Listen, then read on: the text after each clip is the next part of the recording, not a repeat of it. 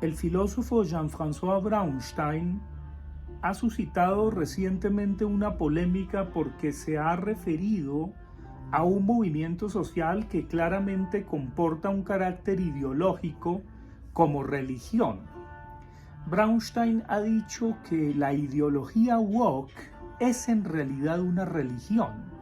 y la ha denominado la religión woke. ¿De dónde viene esto? Hace varias décadas ya, especialmente en los Estados Unidos, surgieron unos movimientos sociales con el ánimo de denunciar la injusticia social, el racismo, el clasismo, la discriminación. Y estos movimientos sociales penetraron las universidades norteamericanas, tanto los campus privados como públicos, y empezaron a generar una serie de programas alternativos que poco a poco fueron cooptando estudiantes y fueron separándose. Al principio mantuvieron una tensión de los estudios clásicos de ciencias sociales y humanas, pero también de ciencias físicas exactas y naturales. Es así como los gay studies, los lesbian studies, los feminist studies, los Indian Voices, etcétera, etcétera, las Cultural Studies, fueron desplazando a las disciplinas clásicas, la filosofía, la historia, la literatura, la antropología, y estas, para poder sobrevivir, empezaron a beber de estos estudios que son más aplicaciones militantistas y activistas en las universidades. Y esto ha generado tres elementos importantes, por lo menos desde el punto de vista epistemológico. En primer lugar, una revisita del marxismo. No creo que sea una actualización, pero sí un reencauche del marxismo como corriente de pensamiento, transformando la lucha de clases en guerra de identidades. En segundo lugar, en estos campus norteamericanos se generó desde hace varias décadas una especie de batido de proteína de autores para sacar músculo, de autores franceses, alemanes, ingleses, que visitaron los campus norteamericanos, pero especialmente en ese batido de proteína teórica están Foucault, Barthes, Derrida, Bourdieu, etc. Lacan, por supuesto. Y entonces hacen un batido los norteamericanos para justamente en esa actualización marxistoide de cambiar lucha de clases por guerra de identidades, dijéramos, generar una corriente más activista y militantista a la sociedad que simplemente los estudios teóricos dentro de las teorías que elaboraron estos autores y otros más. Y en tercer lugar, hay una suerte de maniqueísmo que se expresaba ya en los movimientos sociales que se tomaron los campus de estas universidades norteamericanas, entre buenos y malos, ricos y pobres, dominantes y dominados, opresores y oprimidos, victimarios, víctimas, blancos, negros, etcétera, etcétera.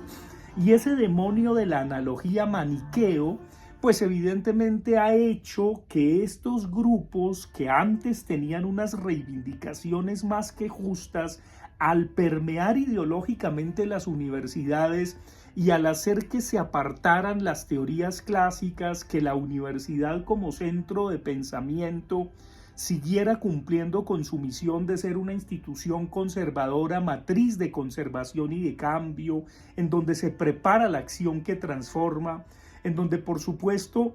la razón de ser de la universidad es la ciencia, la tecnología, el arte, el sentipensamiento crítico que ante todo debe ser autocrítico. Al colonizar, por decirlo de alguna manera, estos estudios alternativos, activistas y militantistas, las universidades,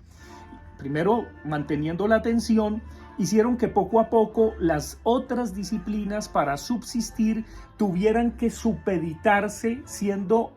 mayorías silenciosas, a esta ínfima minoría bulliciosa que enrostra culpabilidades y vergüenzas a diestra y siniestra que capta recursos de cooperación internacional de distintas ONGs y que se jacta de tener una superioridad moral, obviamente reencauchándose de distintos movimientos sociales, políticos, etcétera, activistas, al punto de que ha hecho inviable que la universidad como centro de pensamiento, de crítica, de ciencia, de arte, de tecnología, siga con su misión y se convierta en un activismo constante, colonizado por estos grupúsculos. Y digo grupúsculos, y aquí es muy interesante la categoría, porque si tienen un comportamiento religioso tal cual lo dice Jean-François Braunstein, ¿qué tipo de religión es? Por supuesto estamos hablando de religión desde el punto de vista sociológico, no desde el punto de vista teológico, donde cabría la divinidad y la trascendencia.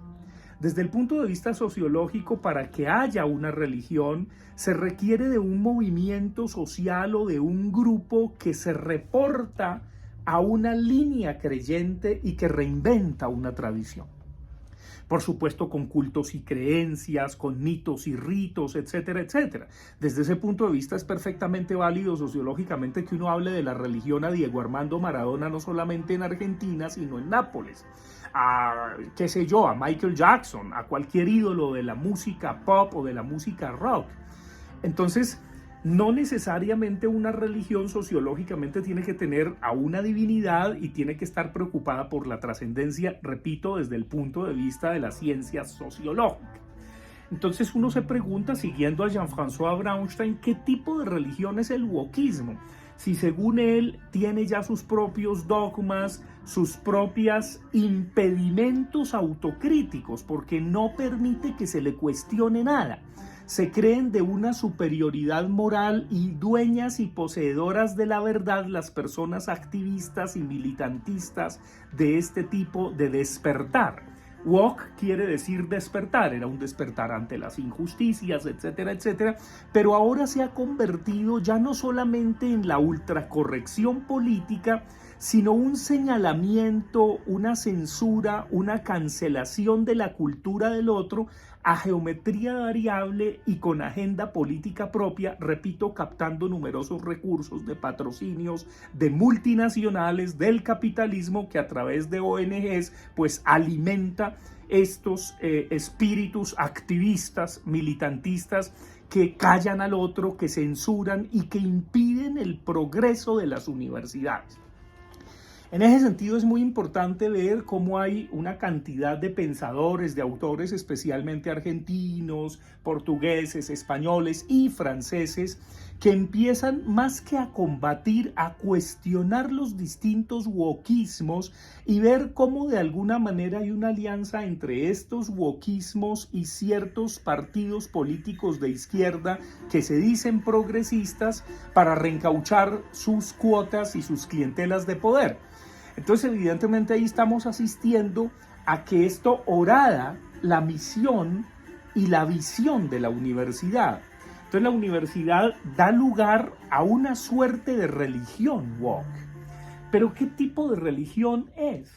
Y allí, obviamente, los sociólogos de las religiones, siguiendo al autor Ernst Troeltsch, quien clasificaba 3 tipos de religión, la religión tipo iglesia, y ahí por supuesto tenemos como ejemplo el catolicismo,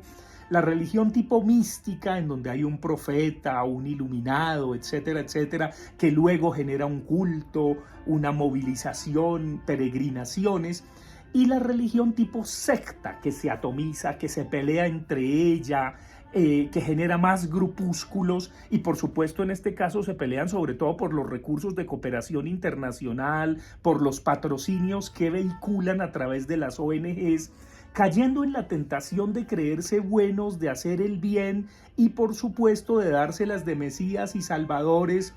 de las minorías étnicas, de las minorías raciales, de las minorías sexuales, con una agenda política muy definida, muy propia.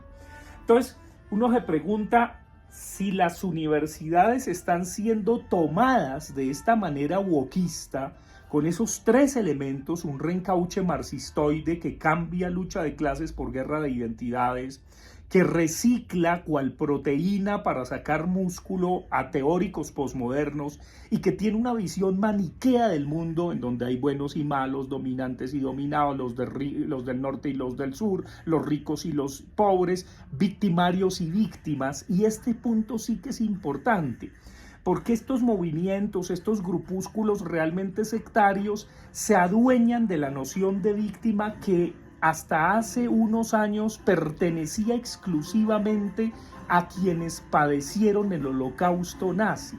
porque vieron una cantidad de réditos que se podían sacar de esa apropiación de la noción de víctima. Y cuando digo de una apropiación de la noción de víctima, también numerosos autores empiezan a constituir laboratorios, talleres, centros de pensamiento para evaluar si ante ciertas narrativas, si ante ciertos relatos, si ante ciertas situaciones se está ante víctimas reales, genuinas, o ante víctimas fabricadas, impostadas, que mendigan esa condición y que quieren quedarse eterna y perennemente en esa condición porque sacan réditos y porque culpabilizan a los estados, a las instituciones, a los países, etc.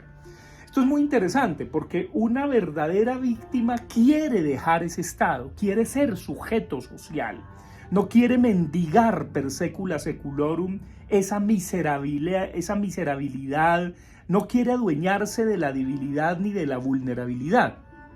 Jean-François Braunstein también señala que estos grupos, al pretender apropiarse la noción de víctima, pues se parecen a los grupos gnósticos de los primeros siglos del cristianismo y también a algunos grupos religiosos puritanos del siglo XVIII y XIX que en su momento describiría de una manera extraordinaria Nathanael Hawthorne en una novela llamada La letra escarlata, en donde se señala al otro como malo, perverso, victimario, culpable, debería ser apedreado, quemado, etc., ante la persona que lo señala que es de superioridad moral, que es buena, recta, justa, bella si no, porque desafortunadamente estas militantes, estas personas activistas no son bellas,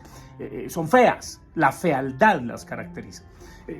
estéticamente hablando, debido a sus gritos, a sus aullidos, a esa manera de apabullar a una inmensa mayoría silenciosa. Y empiezan a surgir en Europa movimientos que convocan a las inmensas mayorías para que no se dejen atolondrar, para que no se dejen censurar, para que no se dejen cancelar de estas minorías bulliciosas y sectarias que particularmente se están tomando las universidades y que ya permean buena parte de las instituciones sociales. Es muy interesante el debate. Por supuesto, simplemente aquí lo que hago es enunciar todo un programa de investigación que desde una sociología de las religiones o desde una sociología política del creer y del poder vale la pena enarbolar. ¿Hasta qué punto estamos en ese pasaje de lo políticamente correcto a la ultracorrección política, al wokismo y a la cancelación cultural, a una suerte de censura del otro que obliga a la ciudadanía, a los miembros y a los grupos de una sociedad a que tomen partido a favor de estas personas que gritando y apabullando el sano razonamiento, la lógica, las disciplinas, la ciencia, en particular la biología y por supuesto los estudios rigurosos, relativamente objetivos, simplemente por una avalancha de subjetividades, creen poseer la verdad y una moral superior. Se requiere de una alerta fundamental, y no solamente en Europa y Estados Unidos, sino también acá en Colombia, porque si se llega a verificar que hay raponazos a la autonomía universitaria, que estaríamos asistiendo a tomas wokistas con agendas propias de reencauche de muchos movimientos tras esta suerte de despertar, entre comillas, revolucionario, también instrumentalizada políticamente, pues apague y vámonos, porque entonces la universidad pierde su misión, pierde su función y pierde sobre todo su vocación de institución comunitaria, matriz de conservación y de cambio, productora de la acción que transforma, de conocimiento, de ciencia, de arte, de tecnología, y se convierte entonces en una suerte de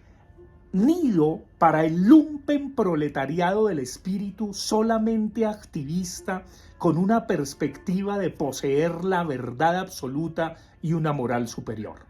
Hay que decirle, va de retro entonces a la religión woke, si es que es religión, porque de espiritualidad no tiene nada, pero a esta ideología que empieza cada vez más a adueñarse de una institución que vale la pena aún preservar, la universidad.